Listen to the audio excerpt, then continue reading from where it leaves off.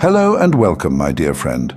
If these words found you, it's because you've been noticing something strange. There are moments when your day stops behaving like it's yours, and you can't explain why. Chosen ones, it's not dramatic.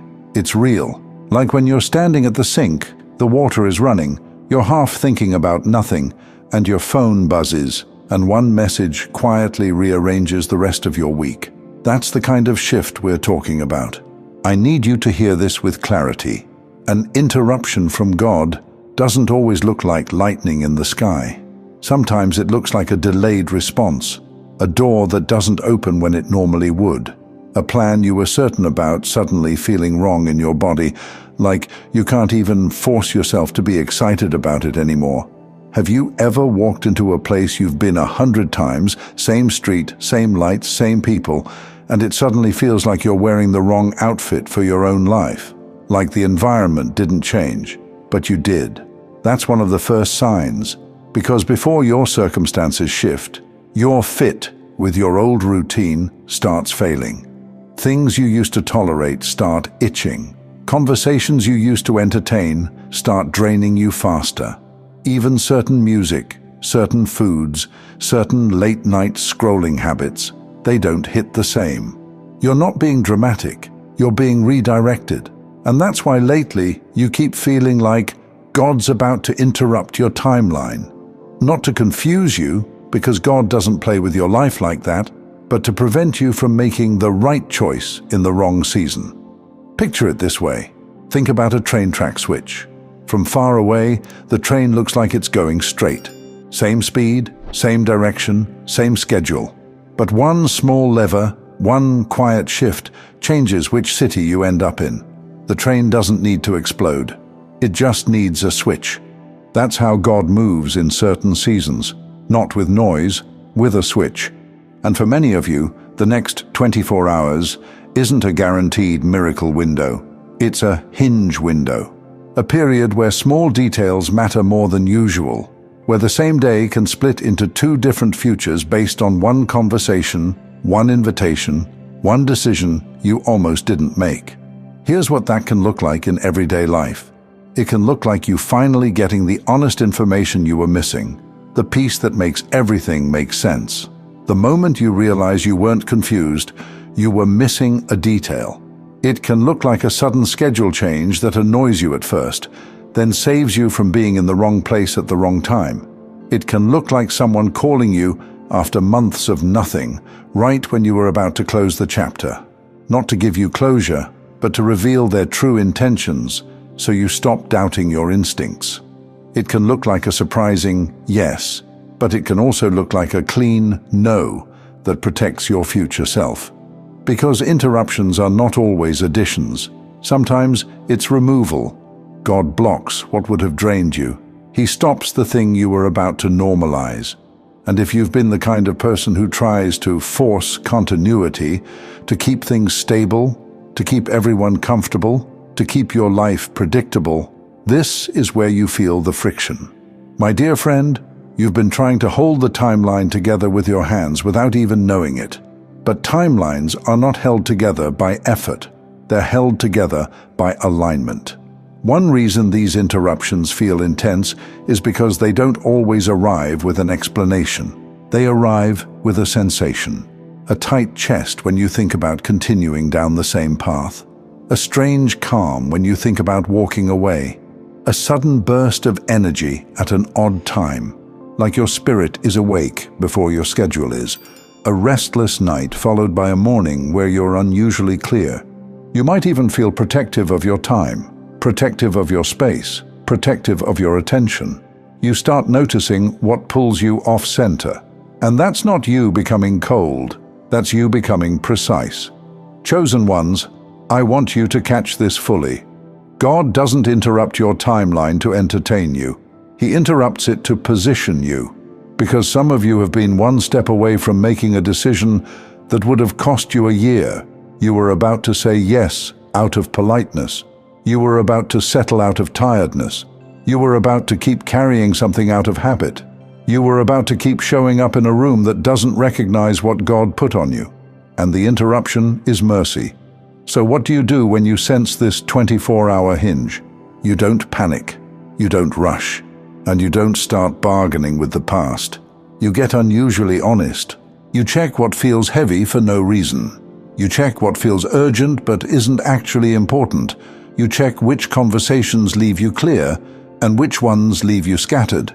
You pay attention to patterns, the same delay happening twice, the same message coming through two different people, the same topic resurfacing when you tried to bury it, and you move with clean obedience, not emotional impulse.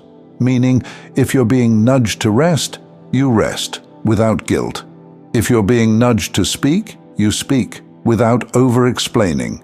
If you're being nudged to pause, you pause, without trying to fill the gap with distractions. Because here's something to sit with. God is not about to change your life with one giant fantasy event. He's about to do it the way he often does, by interrupting your timeline with a moment that's small enough to ignore, but sacred enough to alter everything. And now here's what matters most: how you respond when that interruption shows up in ordinary clothes. Because the interruption rarely announces itself. It slips into the day the way a small stone ends up in your shoe. Nothing looks wrong from the outside, but every step starts feeling off until you stop and deal with it. That is how God gets your attention without humiliating you, without forcing you to crash. So when the hinge window is active, you don't need to hunt for signs all day. You need to notice what's already repeating, the same delay, the same uncomfortable topic circling back, the same inner hesitation when you try to move forward like nothing changed. Sometimes it's a tiny disruption that exposes a bigger truth. You send a message you normally would have followed up on 5 times. This time, you don't.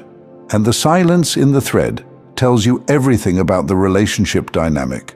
You start getting random reminders about a bill, a document, an appointment, like life is pulling your attention back to your own future instead of everyone else's demands. You get invited somewhere and your body refuses before your mind forms a sentence. Not fear, not anxiety, just a quiet no in your chest. Those are not mood swings. That's discernment sharpening.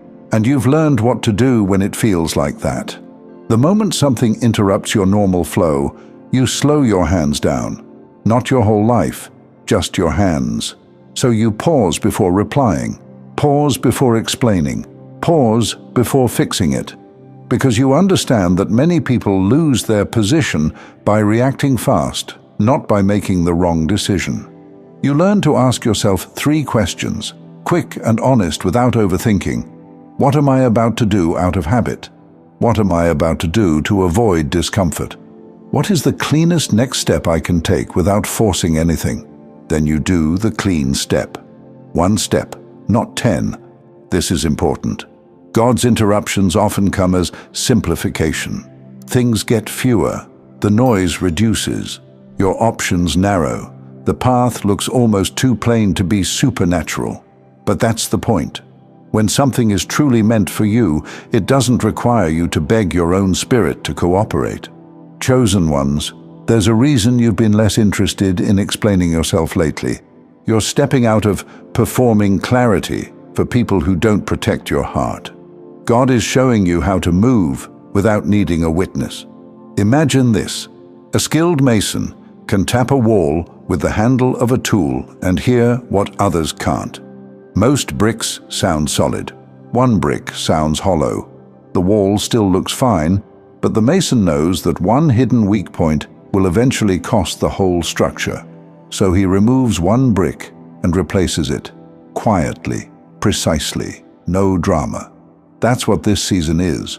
God is tapping parts of your life, and you're hearing the hollow places. The friendship that is present, but not supportive. The routine that looks stable but slowly drains you. The plan that sounds good out loud but feels wrong in private. Not every interruption is your assignment. Some interruptions are your exit sign. And you don't miss an exit sign because you were trying to be nice. So here is your posture for the next 24 hours. Stay calm. Move slower than your emotion. Answer with clarity. Choose what keeps your spirit intact. My dear friend, share this with someone who has been feeling off lately. Not because they need hype, because they need language. People make better decisions when they can finally name what's happening. Dear chosen one, you are not losing control of your life. You are being repositioned with precision. And when the moment comes, when the lever shifts, when the door closes, when the truth lands, when the next step becomes obvious, you won't need fireworks to recognize it. You'll recognize it because your spirit will finally stop arguing with your schedule. That's how you'll know. It's not dramatic, it's real, and it changes everything. Thank you so much for taking this journey with me. If this message resonated, please like, share it with someone who might benefit, and subscribe to stay connected. Continue your awakening journey by choosing one of the videos on your screen that resonates with you the most. See you there.